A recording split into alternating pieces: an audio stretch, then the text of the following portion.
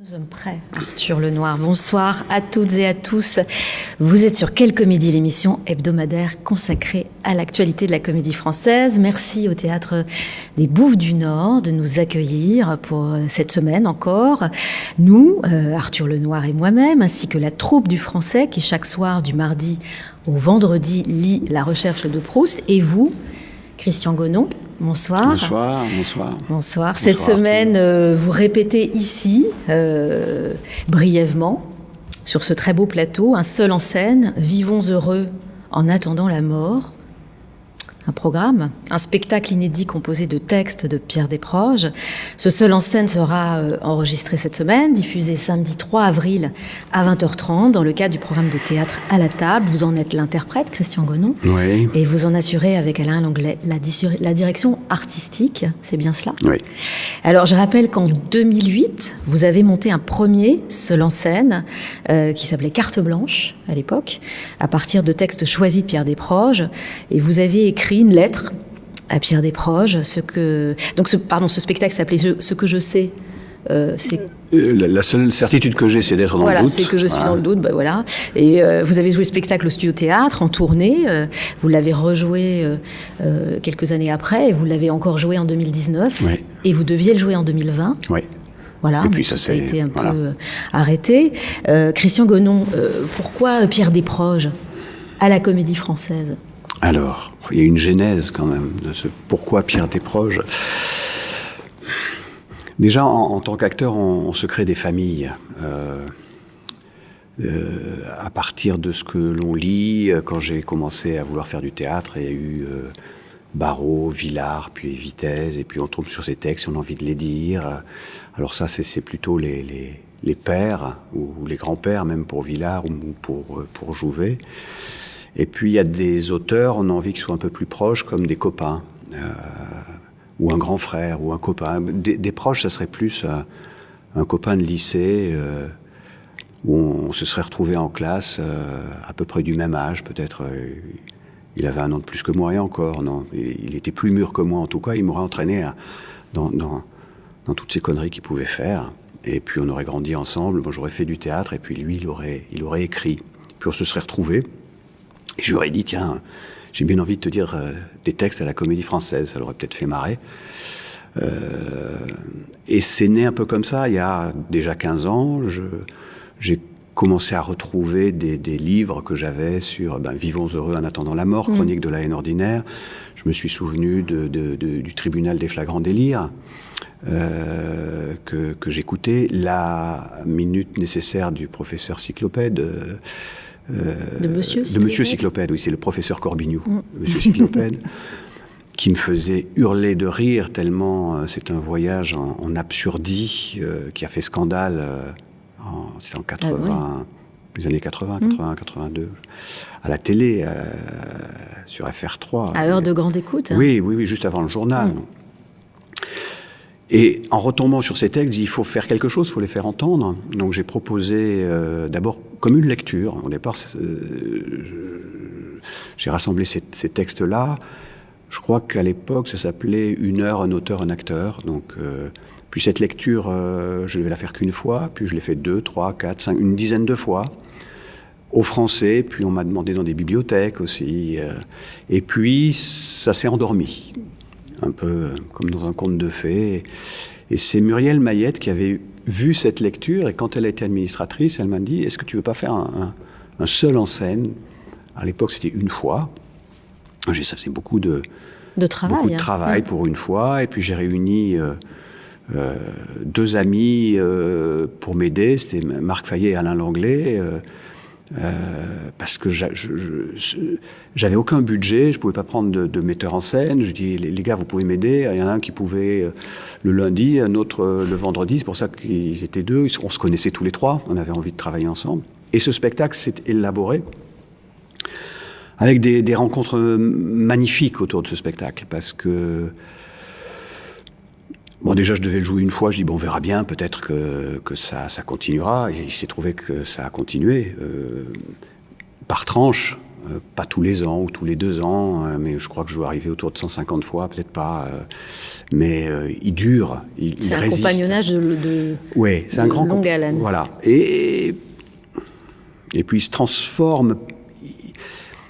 Ça reste le même spectacle, mais moi je me suis transformé, je ne suis plus le même interprète qu'il y a 10 ans. Des textes résonnent différemment, je les dis sûrement différemment, même si la structure du spectacle n'a pas bougé.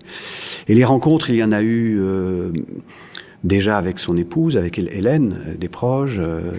Qui s'occupait de transmettre la mémoire, l'esprit de Desproges. Tout à fait. Et je l'ai rencontré, je lui ai dit, voilà, j'ai fait est-ce que je peux couper dans les textes? Il dit, oui, allez-y, c'est votre matière, et il serait très content. Et puis elle disait elle-même, il y a des textes... Il aurait été content d'être à la Comédie Française, lui qui fustigeait un peu l'institution. Ça l'aurait fait rire. Hélène, elle souriait, elle disait, oui, je crois que ça l'aurait flatté. Ça l'aurait fait sourire, sûrement. Surtout qu'en plus, je l'ai joué dans des salles improbables, parce que ça a commencé au Vieux-Colombier. Je l'ai joué aussi au Studio Théâtre. D'abord, Studio Théâtre, Vieux-Colombier. Et il se trouve que pendant les travaux de Richelieu, pour les gens qui se souviennent de cette période, on avait un théâtre éphémère qui était dans les jardins du Palais Royal. Les premiers travaux, enfin les travaux il y a une dizaine d'années. Voilà, c'était un théâtre en bois. La grande salle. Ouais. C'est resté une saison. Et il se trouve qu'il y a eu des trous de spectacle. Il fallait faire de la relâche pour certains spectacles. Et Muriel m'a dit, tu veux pas le jouer? C'était quand même 700 places, ou peut-être plus, 800. Et j'ai dit, bah oui, tentons le coup. C'était un peu grand, mais tout d'un coup, c'est comme si je jouais à Richelieu. Alors, je n'avais pas la contrainte que le texte passe au répertoire. Au répertoire, puisque c'était le théâtre qui était à côté. Quand on joue à Richelieu, il faut que ça rentre au répertoire. Le texte rentre au répertoire. Voilà, je ne pense pas que Desproges rentre au répertoire, sauf s'il avait écrit une pièce dramatique. Mais bon, qui sait. En tout cas, je l'ai joué dans cette salle, ce qui était assez hallucinant. Donc j'ai un peu fait les 3 places, les 3 salles. Vous l'avez joué à Marigny aussi? Non, Marigny, je ne l'ai pas fait. Vous l'avez joué au Studio Théâtre? Au Studio Théâtre du Français. La dernière saison, d'accord. Voilà. On avait hésité, mais dans la programmation, c'était au Studio Théâtre. Donc il y a eu cette rencontre, il y a eu la rencontre très importante aussi. Oui, très importante parce que tellement humaine avec Thierry Manoncourt, qui était le propriétaire du vin du Château Figeac, et qui sont notés dans les textes. Et que vous buvez sur scène. Et que je buvais sur scène. Et pareil, c'était un peu hors budget. Et comme je devais jouer une fois, je voulais dire, j'aimerais bien... Le vin était hors budget? Oui, tout était hors budget au début. Après, c'est rentré dans une programmation plus traditionnelle. Donc après, il y a eu un budget vin, pas du Château Figeac. Et j'avais écrit à Thierry Manoncourt en lui disant, voilà, je monte ça sur... Mais j'étais très maladroit et je ne savais pas quoi lui demander. Je ne voulais pas lui demander une bouteille de vin, de me sponsoriser. Et une semaine après, il m'a appelé et on a parlé une demi-heure de vin. Parce que vous aimez le vin? Parce que j'aime le vin, parce que dans ma famille, j'ai un gonon qui fait du Saint-Joseph. Et puis on a parlé de ça, de la vigne. Mais vraiment, il m'a parlé bien sûr de Château Figeac, de Desproges qu'il avait connu. Et à la fin, il me dit, vous voulez quoi? Et là, j'étais obligé de demander, je voudrais une bouteille à ouvrir sur scène. Il me dit, je vais vous envoyer 6 bouteilles, ça va? Alors je le remercie, je dis, je vais essayer de vous faire inviter pour les générales aux Français, pour qu'il y ait quand même un échange. Et dans les 6 bouteilles que j'ai reçues, il y avait dans le paquet une bouteille de Figeac 71, puisque c'est dit dans le texte, vraiment, à un moment donné, dans l'aquafile. Il connaissait l'œuvre de Desproges. Oui, il connaissait. Il dit, à un moment donné, mon Saint-Émilion préféré, un Figeac 71, introuvable, sublime, rouge et doré, comme un peu de coucher de soleil, enfin bon, voilà. Et on était quand même en 2008, une bouteille de 71. Et je dis, je vais l'ouvrir sur scène. Et le jour de la première, qui devait être la dernière... Marie-France Manoncourt, son épouse, et lui étaient dans la salle, et j'ai ouvert cette bouteille de Château Figeac 71 qui s'est parfaitement débouchée. Le bouchon qui n'était pas du tout bouchonné, donc il y avait toute une mise en scène, je le mettais en carafe, et le moment où... Dans la petite mallette. Voilà, ouais. où j'ai trempé mes lèvres sur ce nectar, c'était extraordinaire, parce que j'avais plus j'ai eu le trac au début, mais là c'était un moment du spectacle où c'était plus à l'aise, et j'ai bu un verre sur scène, donc j'ai terminé en état flottant, très enthousiaste, puisqu'à jeun comme ça, et c'était voilà, c'est ce genre d'échange après. Vos liens, vous avez écrit cette phrase de cette lettre là, dont je parlais tout à l'heure, ce serait tout ce que je préfère de toi, en parlant du spectacle, que je pourrais faire entendre sur une scène de théâtre. Vous le tutoyez? Oui, votre lien intime à lui, c'est quoi? Ça passe par quoi? Si ce n'est une camaraderie, déjà, il y a oui, complètement fantasmé. Ça passe par la langue, vous qui êtes un comédien de théâtre. Ça passe par la langue. Déjà, cette lettre, le point d'ancrage, il dit souvent vous permettez que je vous tutoie, ou tu permets, quand il parle de quelqu'un, tu permets que je t'appelle, ou vous permettez que je vous appelle par votre prénom. Donc j'ai mis un petit peu la même forme. Tu permets que je te tutoie et que je t'appelle Pierre, et que c'est ce que je disais au début. J'aurais aimé la rencontrer ado, quand j'avais des boutons plein la figure, comme lui souvent il parle de cette adolescence-là, où j'étais pas très bon au foot. Il y a des similitudes. Oui, je faisais du théâtre, j'étais un peu à part, c'était ma façon de me positionner dans le monde du lycée ou du collège, qui est un monde des fois difficile quand on n'est pas dans les rails. L'expression à travers le théâtre me donnait déjà une place un petit peu à part, et je pouvais être mauvais en foot. Puisqu'on me laissait souvent remplaçant du remplaçant, pour pas faire perdre l'équipe. Parce que sinon, je faisais capoter l'affaire. Donc quand je suis tombé aussi sur son texte sur le foot, voilà. Donc je fantasmais, on aurait été tous de nuls en foot, mais on aurait peut-être fait rire les filles. Lui par son humour et son écriture, et moi en reprenant cette écriture et en la faisant passer par le prisme de l'acteur. Donc je nous voyais très bien tous les deux, avec des têtes encore de vilains petits canards pas encore faites, essayer d'aller dans une boum pour draguer les filles avec nos armes, qui étaient le verbe, que j'ai découvert aussi. C'est une intimité que vous avez créée, en fait, que vous avez complètement fantasmée. Et j'aurais aimé être son pote, quoi, voilà, son copain. Et en le connaissant mieux à travers ce que pouvait m'en dire Hélène, ou sa fille, ou son épouse, ou Perrine après. Et puis des gens qui l'ont rencontré, qui l'ont côtoyé. Il y avait quelque chose de profondément honnête chez lui. J'avais envie de croire qu'il était vraiment ce qu'il écrivait. Alors des fois, il y a des écrivains, on ne veut pas trop savoir, ou des gens qui sont à côté, ou c'est peut-être bien. Lui, j'avais envie de le connaître. Alors je l'ai connu, voilà, par le biais de... Et vous avez appris qu'il était tel qu'il en avait l'air. Oui. Alors vous dites écrivain, pour vous c'est un écrivain? On peut parler de littérature? Il écrit un livre qui s'appelle Des femmes qui tombent, enfin un roman. Oui. Sinon, Lui se disait écriveur. Il préférait. Il a un texte que j'avais. Je peux, parce que comme ça, je vais le citer. Ça sera plus simple que de paraphraser. Il disait: je préfère le mot écriveur parce que j'écris pour la scène, pour la radio, pour la télévision, pour mes enfants, pour mes amants, pour mes maîtresses, pour la littérature. Si on peut appeler cela de la littérature. Tout ce que je fais passe par l'écriture. Écrivain, c'est à la fois trop restrictif et trop pompeux. Je suis quelqu'un du verbe, je suis quelqu'un qui vit du verbe. Vous aussi, non? Moi, j'aime le verbe aussi. Et c'est peut-être ça le point de jonction. Et quand j'ai dit j'ai envie de dire tout ce que je ne sais pas écrire, c'est quand il y a des phrases qui font 5, 6, 7, 10 lignes, où des phrases interminables, où il rentre une chignole ou un scalpel pour dépouiller la bêtise, pour mettre à jour la lâcheté, enfin tous les vices du monde. C'est extraordinaire à dire, parce que c'est pas au ras des pâquerettes, c'est pas vulgaire,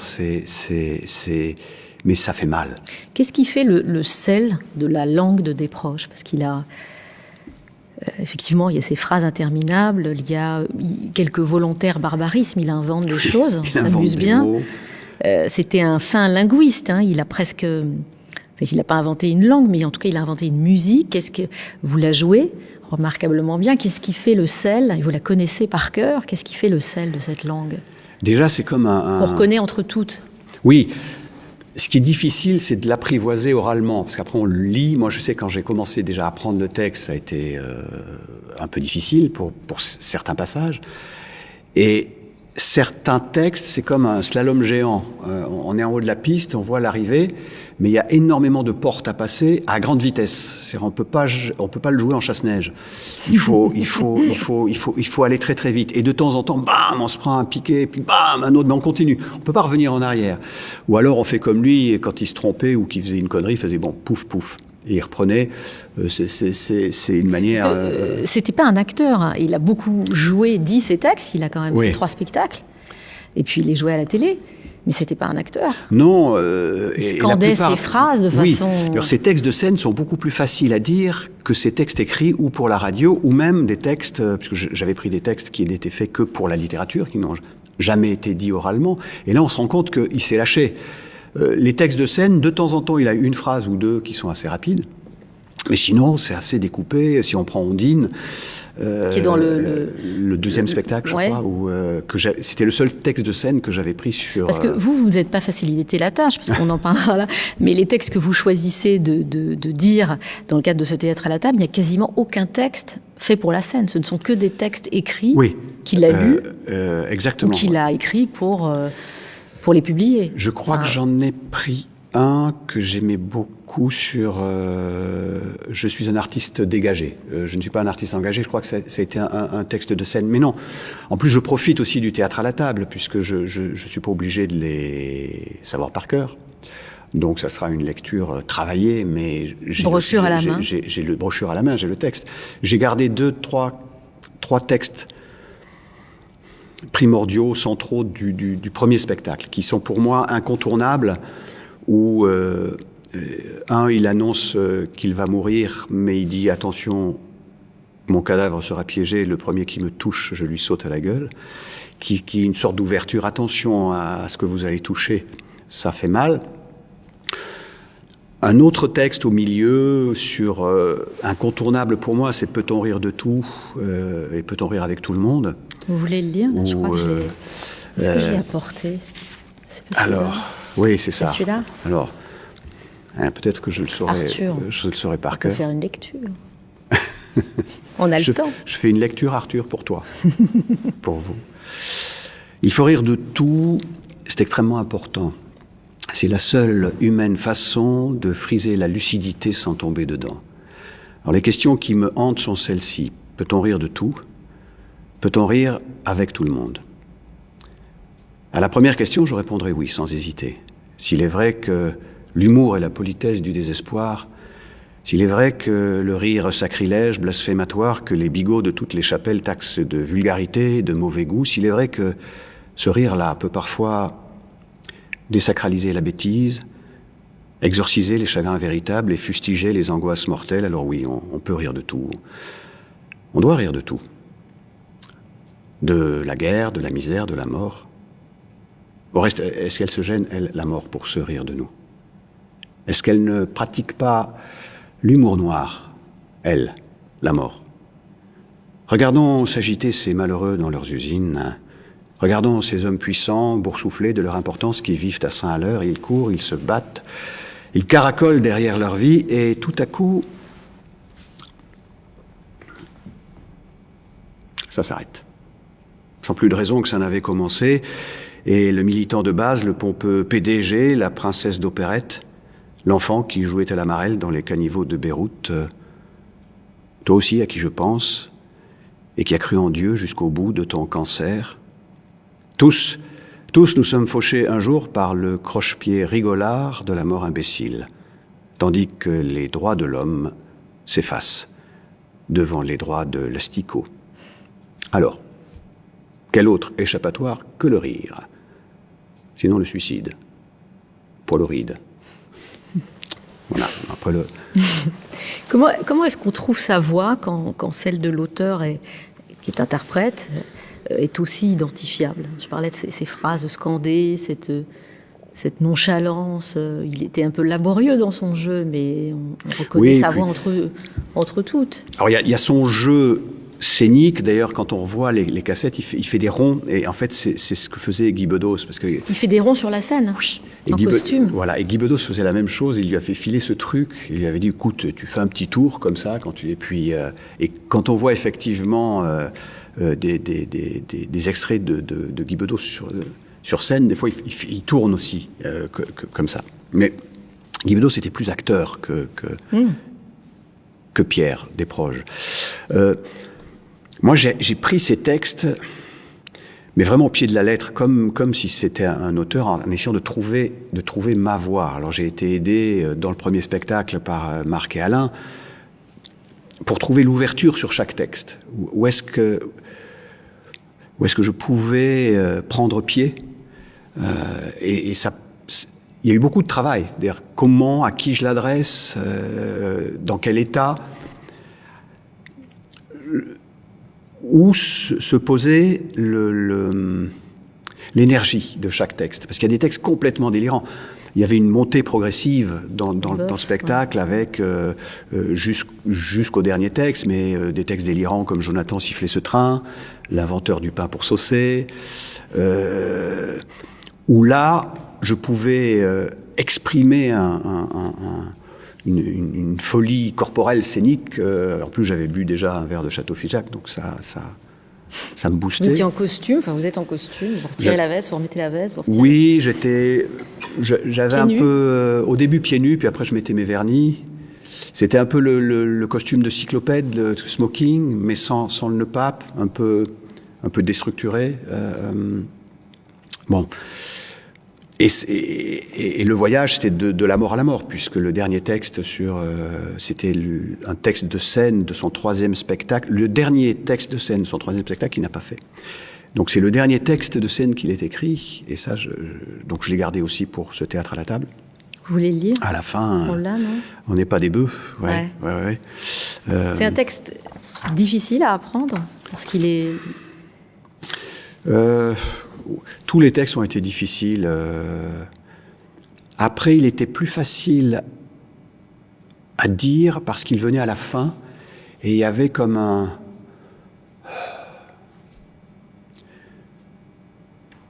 une conclusion. C'est-à-dire que j'avais transpiré, ça fait 1h15 de spectacle, j'étais assis en bord de scène et le public avait beaucoup ri sur les 2 derniers textes qui étaient complètement dingues. Et tout d'un coup, ça retombait. Et c'était presque une confession. Bon, la soirée est terminée. Il ne faut pas se laisser abattre. Hein. On n'est pas des bœufs. Les bœufs se laissent abattre. Il suffit que l'abatteur dise au bœuf « Allez, viens ici, mon kiki ». Pour peu qu'il s'agisse d'un bœuf qui s'appelle mon kiki. Et voici ce grand con de la boue qui s'avance... à pas lourd, chaloupé, clapotant du sabot sur le carreau lessivé dans les flaques aseptiques du pimpant assommoir à bovins comestibles.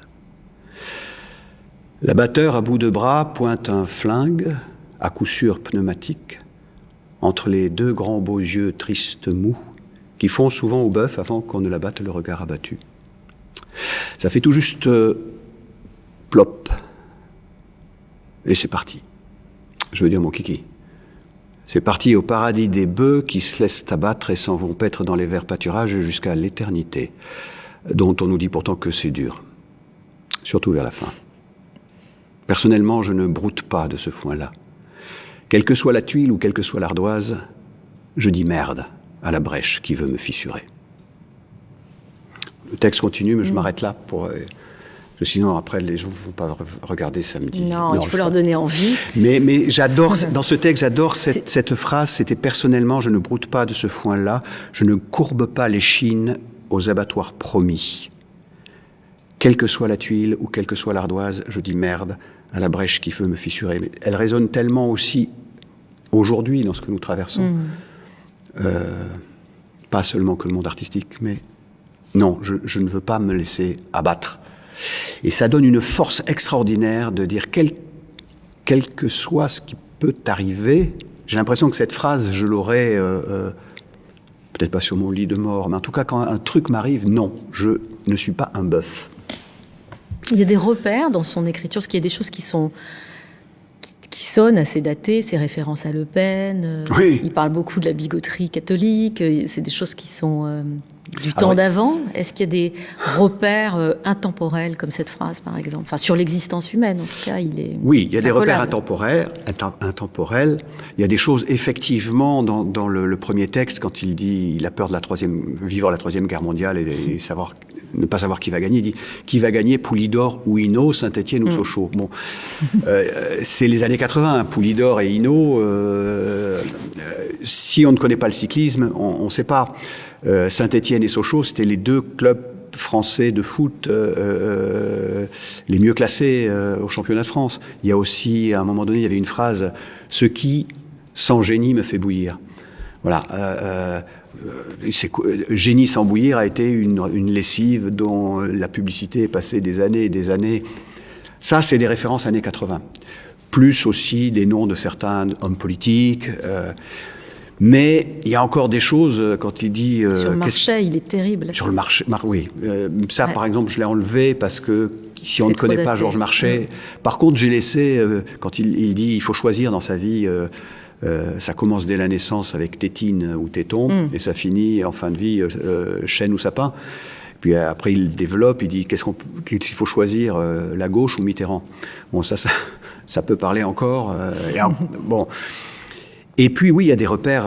Résistance ou collaboration. Ou collaboration, ça c'est voilà, génial. C'est ce texte sur... quand on était... il fait partie d'ailleurs de ma sélection, mais sans tout dire, mais alors celui-là je ne le connais pas par cœur. Résistance ou collaboration, je l'ai. C'était... voilà, c'est là. C'est écrit tellement petit sur mes lunettes. Voilà. Oui. Quelques phrases. Il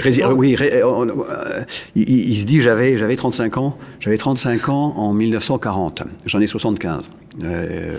Bon, ça se voit pas. Il mais est mort à 48, mais bon. Oui. Donc, et il dit, pendant la résistance, pendant l'occupation, les courses de chevaux étaient souvent annulées le week-end. Alors, il fallait choisir, résistance ou collaboration? Il dit la collaboration. Qu'est-ce que c'était? C'était le bon droit, la respectabilité, le costume cravate, du sucre. Un prix-dieu à Saint-Honoré-d'Eylau. Ah oui, mais la résistance, c'était la vie au grand air. Hein. Yukaidi Yukada, la chasse aux girolles et les feux de camp sous la lune avec les copains. Ah oui, mais la collaboration, c'était la possibilité d'apprendre une jolie langue étrangère à peu de frais. Ah oui, mais la résistance, on s'amuse. Hein. Allez, boum le train, boum la voie ferrée, boum le petit viaduc. Ah oui, mais dans la collaboration, on fait pas sauter des ponts, mais on peut sauter des connes. Oui, mais dans la collaboration, pour bien gagner sa vie, il faut dénoncer des juifs. Et c'est pas très marrant de dénoncer des juifs. Ah oui, mais dans la résistance, on dénonce pas les juifs, mais il faut vivre avec. C'est pas très marrant non plus. Bon, voilà, etc. sur le... et la fin est terrible de ce texte. La fin est terrible, parce qu'on s'y attend pas, et c'est... en deux phrases... En deux phrases, à la fin du texte, il donne toute la complexité et l'horreur à la libération des purges, des femmes tondues, des gens qui au dernier moment ont passé à la résistance,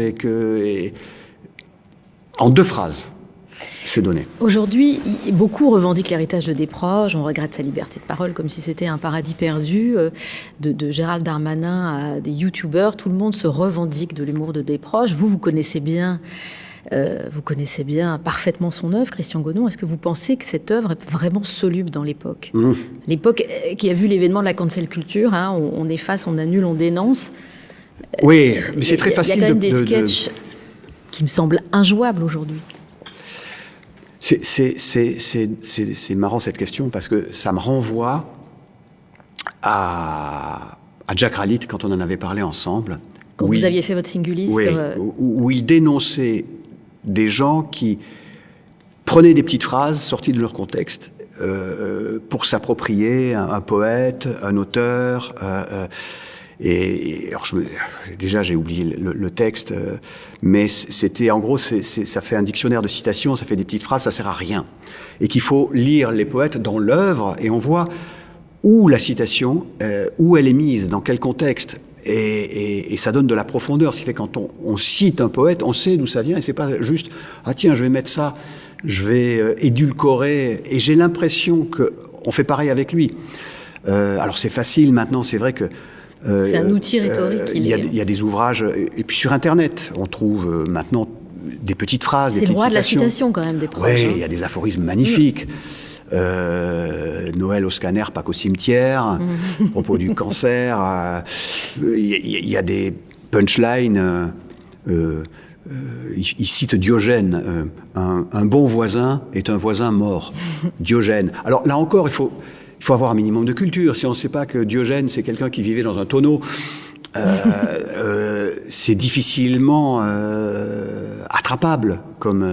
Mais il y en a d'autres qui sont beaucoup plus cinglantes. C'était Pie XII qui disait à Himmler « Faute avouée est à moitié pardonnée ». Alors, il faut, voilà, Pie XII, Pat, pendant la guerre. Il faut avoir un minimum de connaissances. Et après, il y a des citations. Ah, ben tiens, c'était dans ce texte. Et le texte est 100 fois plus intéressant, dans le fond, que juste sorti. Mais ça fait du bien aussi de le ressortir. Chose sur Le Pen, je ne veux pas la dire ce soir. Elle sera elle est savoureuse, celle sur Le Pen. Qui est très savoureuse, qui font du bien. Alors, comment il existerait aujourd'hui avec les réseaux sociaux, est-ce qu'il, je sais pas. Est-ce qu'il pourrait encore faire son sketch? On me dit que des Juifs se sont glissés dans la salle. Je sais pas. Tout passe avec la vision un peu filtrée de l'INA, des archives de l'INA, par exemple. Ah tiens, c'est une archive. Mais ce sketch, voilà, qui vaut pour. Je crois que si on le reprenait aujourd'hui, on dirait ah oui, c'était à l'époque. Si quelqu'un le faisait maintenant. Est-ce que vous, concrètement, vous êtes il est mort en 88, là on est en 2021, autre époque, autre mœurs. Est-ce que vous vous êtes censuré, Christian Gonon, quand vous avez fait votre sélection de textes? Je ne me suis pas censuré dans ce que j'ai choisi. Il y a une histoire que j'aimerais vous raconter qui m'avait énormément dérouté. J'ai joué ce spectacle au TNP à Lyon. Une dizaine de fois, c'était un accueil merveilleux. Et au TNP, il faut un travail avec les écoles. Donc j'ai eu un soir une salle avec des lycéens de milieux défavorisés, de banlieues. Et j'avais accepté après de parler 2 heures avec eux, 3 ou 4 jours après. Et il y a un texte sur le racisme. Après ce texte, Peut-on rire de tout, où un chauffeur de taxi, où Pierre Desproges raconte, je monte dans un taxi, et il y a un chauffeur qui tout d'un coup dit « moi les Arabes, je ne peux pas les saquer ». Alors il essaie de ne pas écouter, puis après, au bout d'un moment, il dit « Écoutez, monsieur, je vous en prie, mon père est arabe ». Alors on est un peu emmerdé, « Ah ouais, bon, d'accord, non. De toute façon, les Arabes, c'est comme les Juifs, ça s'attrape par la mer ». Il dit « Monsieur, s'il vous plaît, ma mère est arabe ». Le chauffeur taxi est encore plus emmerdé. Oui, bon, de toute façon, c'est l'éducation. Hein, vous avez été bien éduqué. C'est pour ça que vous n'avez pas une tête d'arabe. Ça, c'est l'éducation. Et il va jusqu'au bout et à la fin, il le paye. Et le chauffeur de taxi dit, vous n'êtes pas généreux, pas laisser de pourboire. Il dit, c'est comme ça, je ne donne pas de pourboire aux blancs. Et le chauffeur de taxi lui dit, crève donc, sale bico. Voilà. Bon, c'est enrobé, c'est très drôle. Donc j'avais fait ce texte dans le spectacle. Et en arrivant au lycée, il y a un jeune homme qui me dit « Ah, monsieur, je peux vous poser une question? Pourquoi vous êtes raciste ?» Et là, je ne comprenais pas. Je dis « Pardon? Oui, vous êtes raciste, vous n'aimez pas les Arabes. » Et je dis « Mais pourquoi ?» Et il me rappelle ce texte. « Ben oui, vous dites que j'aime pas les Arabes, ils jouent du couteau à l'école. » Et là, je vois que ça a été pris au premier degré. C'est-à-dire alors après, le professeur de français était extraordinaire, on a discuté avec lui, mais il a fallu expliquer cette chose-là. Moi, je ne pensais pas que ça puisse être entendu autrement qu'au second degré, puisque j'avais expliqué avant, et à la fin, je disais, voyez, le chauffeur de taxi, c'est un homme qui se trompe de colère, c'était l'auteur, c'était passé au filtre de les xénophobes se trompent de colère. Et tout d'un coup, je dis, ah merde, où est-ce que j'ai fait l'erreur? Est-ce qu'on explique mal? Est-ce que c'est un défaut de la langue française aussi, qui n'a pas été assez malaxé pour ce jeune homme? Il en avait... Où il se positionnait pour tout d'un coup comprendre que j'étais, moi, interprète, raciste. Il n'y avait même pas le filtre de l'auteur. J'étais sur scène. Ça m'a énormément troublé. C'était quand ? C'était lors de la dernière tournée. Ça devait être en 2013, à peu près, ouais. J'avais fait une deuxième tournée, donc c'est 15 jours à Lyon. Il a écrit un recueil de textes dont le titre est « Les étrangers sont nuls ». Oui. Qui est un plaidoyer contre la xénophobie, mais... Oui, parce que tout le monde y passe. Alors oui, là aussi, ça pourrait faire un spectacle seul sur ça. Parce que si on en dit un, il faut tous les dire. Dans le premier spectacle que j'avais fait, il y avait où il posait la question, ce qu'il nous faudrait, c'est une bonne guerre. Et pourquoi ne pas déclencher une guerre franco-française ? Et simplement, il dit, c'est simple, il faut se haïr les uns les autres. Donc on va apprendre, non pas à s'aimer, mais à se haïr. Alors, il dit, est-ce que c'était les Béarnais, est-ce que les Béarnais sont français ? On disait, non, les Béarnais ne sont pas français. D'ailleurs, dans la sauce béarnaise, il y a du soja. D'où vient ce soja ? Il vient de Chine. Donc, les Béarnais ont signé un pacte secret avec la Chine. Enfin, voilà. Et ils dénoncent comme ça la bêtise C'est les imbéciles heureux qui sont nés quelque part. De Brassens, qu'il aimait beaucoup, d'ailleurs. Est-ce qu'il était politique ? Parce que on peut rire de tout. Au fond, vous avez lu cet extrait, il est davantage question de conditions humaines que de politique. Oui, après, il renvoie tous les politiques dos à dos dans tous ses textes.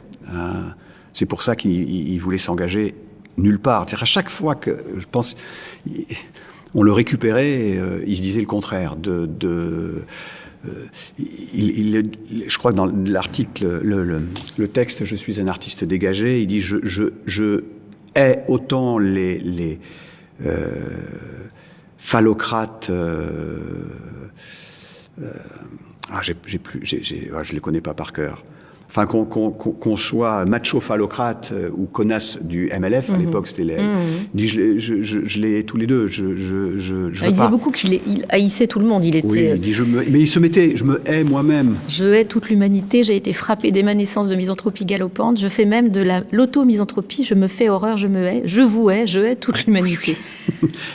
Alors, ce qu'il y a d'extraordinaire, il y a tout ce... Il y avait en même temps une infinie tendresse quand même pour le genre humain. Parce qu'il déverse toute cette haine, mais il s'englobe, il ne se place pas en position. Je suis comme vous, simplement je me bats. Je suis comme vous, Ça a été sa posture toute sa carrière, ça, la haine de soi et la haine de l'autre, la misanthropie. Et en même temps, c'était pas une espèce de bouclier, justement. Je pense qu'il se protégeait. Oui, il se protégeait dans une angoisse existentielle aussi terrible, avec cette obsession du cancer. Il y a un très beau... Enfin, il y a eu deux documentaires que j'ai vus. Il est mort du cancer très jeune, à 48 ou 49 ans. Donc le cancer, c'était son obsession. Puis il n'épargnait pas du tout à l'époque, c'est le professeur Schwarzenberg qui était très médiatisé, qui était. Mais il avait un pseudo. Et il le taillait. Schwarzenstrumpf, c'est très difficile à dire.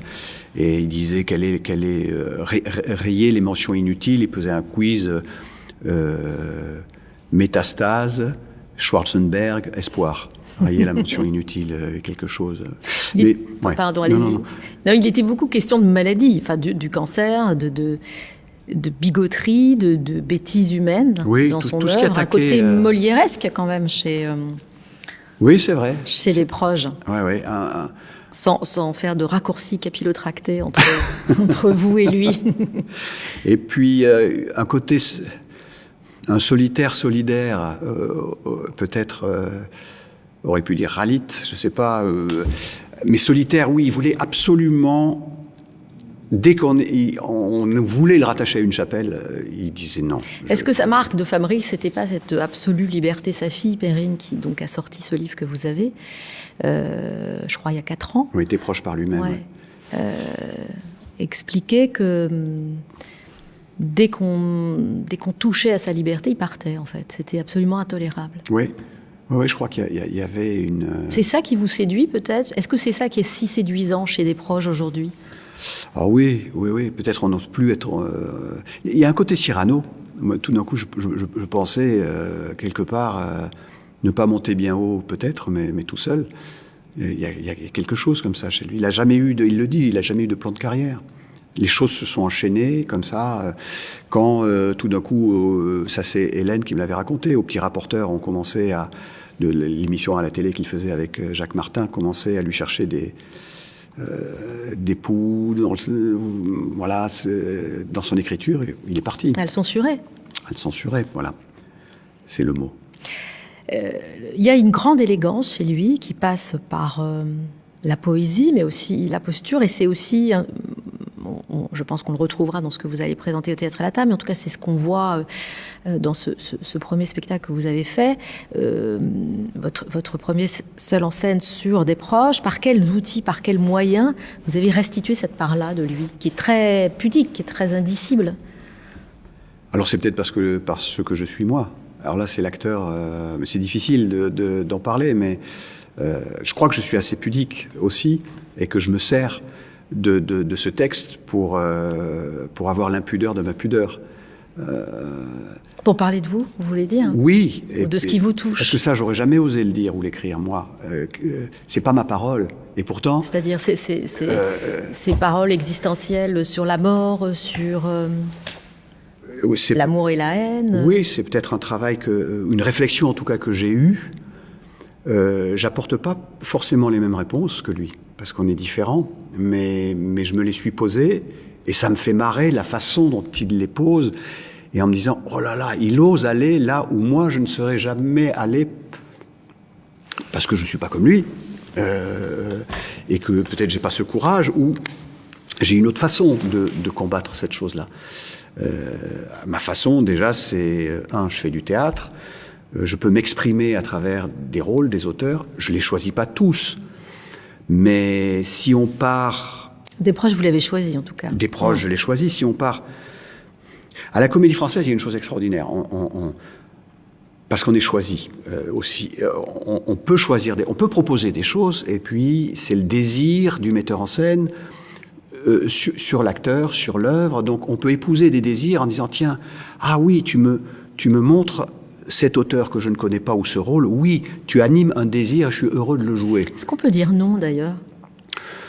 On n'est jamais obligé de dire oui je dirais contractuellement, on doit faire le job, sinon si tout le monde dit non, il n'y a plus de troupe.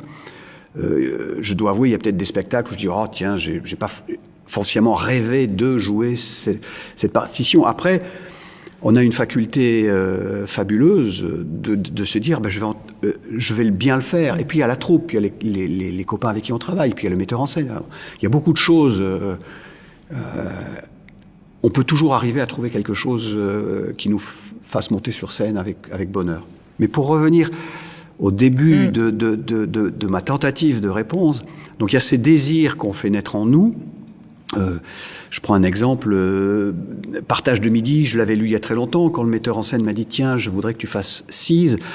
Waouh, oui, plonger dans l'œuvre de Claudel, dans cette œuvre-là, en ayant travaillé, élève Louis Laine, oui, le désir, et j'aurais jamais osé, moi, ou me dire, je veux jouer ce rôle-là. Et puis, il y a ces désirs personnels, souvent sur les lectures, en ce moment, les greniers des acteurs, ou un seul en scène, ou... Oui, là, je crois que je m'exprime vraiment. Donc, ça a été quoi? J'ai fait une lecture sur Jean Vilar, et des textes sur, c'est quoi, théâtre service public, le rapport de cet homme de théâtre avec la troupe, avec les poètes, déjà, avec une intégrité, une honnêteté. Bon, voilà, Jean Vilar, c'est moi. Mais c'est moi, non, c'est stupide, mais c'est une part, ça me touche. Ça vous parle et ça vous touche. J'étais trop petit quand il est mort, je ne l'ai jamais connu, j'aurais rêvé de rentrer peut-être un jour au TNP, je pense que j'aurais postulé. Je trouve la Comédie Française qui aussi, je crois, m'apporte ce que je cherchais dans la troupe, dans la famille, dans le partage avec les autres, dans ce simoule. Et puis je trouve mon singulis dans ces propositions. Singulis. Voilà, seul et ensemble. Après, il y a eu des proches. Tiens, oui, et c'était un vrai désir. Et la surprise, c'est ce que je devais faire une fois, ça s'est prolongé sur 10 ans. Récemment, il y a eu Jack Ralite, une lecture, et puis cette lecture se transforme. Et bien sûr, quand je l'ai lu... Se transforme en seul en scène, en spectacle. Bien sûr que c'est moi très profondément. Et il y a une évolution. Voilà. Quand vous jouez des proches, son style à lui, en tout cas ce qu'il a joué sur scène, dilue la colère et le désespoir qui sont très présents dans ces textes. Dans un jeu d'humoriste un peu approximatif, mais sans doute assez ordonné quand même, je crois qu'il travaillait beaucoup. Vous faites le choix, en tout cas ça a été le cas dans ce premier seul en scène, de les exprimer davantage. Oui, un peu plus de jeu. Oui. Oui, ça c'est...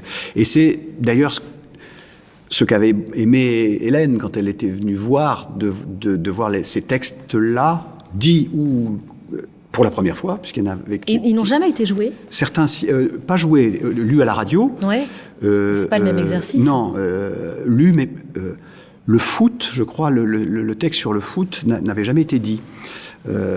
Donc c'était des inédits de Zidane, comme dirait...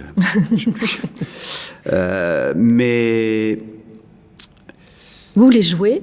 Moi, je les ai joués, et donc, oui. il y a une part de désespoir qui l'étouffait totalement dans une forme de naïveté un peu surjouée, qui ressort, là, nécessairement. Oui, je peux les exprimer un petit peu plus. Puis je mets aussi la présence du vin sur scène. C'est aussi... c'est presque un Eucharistie. Il était contre la... C'est presque... Oui, dans le spectacle, pas encore ce théâtre à la table, parce que je ne voulais pas reprendre le même spectacle, mais il y avait une mallette qui s'ouvrait, il y avait le vin qui était carafé. Une mallette avec une croix rouge. Une croix rouge, oui. Une mallette de premiers soins. Premiers soins. mais il y avait comme ça, oui, une messe. Alors lui qui ne croit en rien, il y a des choses magnifiques sur son rapport à Dieu, alors, où il casse très, très, très méchamment cette chose-là, mais il casse beaucoup les bigots, alors qu'il a eu une éducation catholique. Il a fait sa première communion à la Madeleine, il le dit lui-même, mais il se pose vraiment la question, il dit oui, moi j'aimerais croire en Dieu, et puis il finit par dire, moi je suis un athée mystique. Ça veut dire... Et ça vous parle? Ouais, ça me parle parce que ça me relie à lui dans une sorte de spirituel non...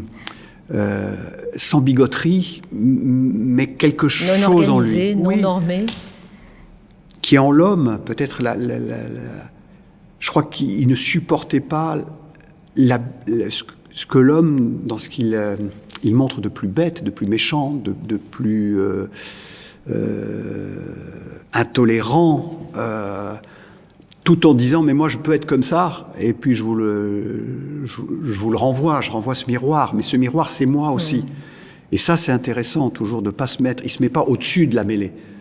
Il dit il s'y met pour vous voyez comme on est, mais regardez comme je suis, je me hais moi-même.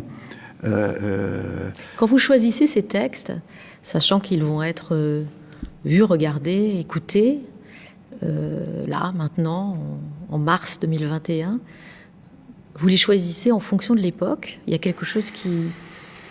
Je crois que ça s'est fait malgré nous. Le contexte aussi fort a-t-il une incidence sur ce que vous allez présenter samedi? Alors je pense on a fait ce choix avec Alain Langlais parce que ça s'est fait très vite et il fallait faire un choix à la fois cohérent.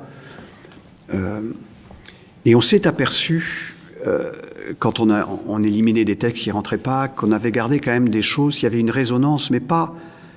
On ne s'est pas dit, oui, on va mettre celui-là parce que... Pour raconter ça? Non, mais c'est comme une onde de choc.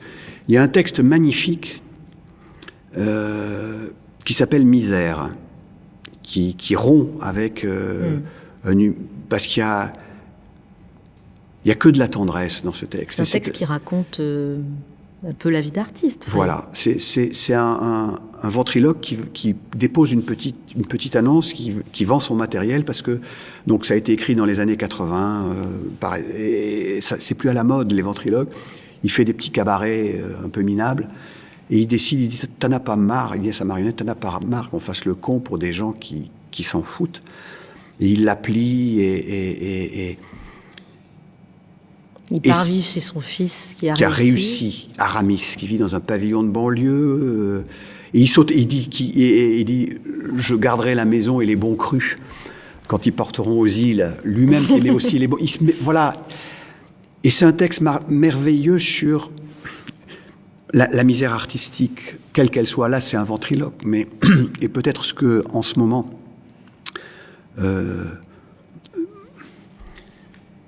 les gens de la culture vivent et les intermittents endurent et les précaires, puisque on ouvre à tous ces gens qui risquent de disparaître, peut-être sans bruit, parce qu'on aura oublié, et qui essaient d'avoir une tribune. Parce que le contexte aura été plus fort qu'eux. Parce que peut-être ils n'ont plus de Jack Ralite pour les défendre à un haut niveau. Et ce texte résonne extrêmement bruyamment, mais pas de manière copier-coller. C'est c'est cette misère, il appelle ça la misère de série B, qui fait pas de bruit. Parce qu'il y a les misères qui sont les grosses, les énormes qu'on nous montre, et puis il y a la petite. C'est cet acteur, cette actrice, ce scénariste qui va plus avoir... tiens, c'est fini. On en connaît tous. Tournée annulée, spectacle reporté, subvention supprimée, mais où je suis, est-ce qu'on va m'entendre mourir comme ça, tout doucement? Voilà, alors là, ça nous a... Mais c'était pas immédiat. D'abord, le texte nous a plu par sa générosité, sa tendresse, sa cruauté. La description du petit pantin qui est d'une cruauté totale et qui est pathétique en fait, et qui est extrêmement, infiniment touchant. Voilà, après il y a eu des textes plus... Même le texte Que choisir, collaboration ou résistance. Et on est toujours confronté à des choix aussi, des choix personnels, et des choix politiques, artistiques. Alors oui, là il met intellectuel. Là il met résistance, collaboration. La résistance... elle peut être vue aussi, notre résistance. Si on en revient encore à Jack Ralite, c'est un grand résistant à travers les poètes, un résistant du quotidien, pour nous faire gagner en hauteur de pensée, en hauteur de vue, en hauteur d'homme. Donc après, il y a des textes pour se marrer aussi. Il faut qu'on se... Oui, on rit. Il faut rire.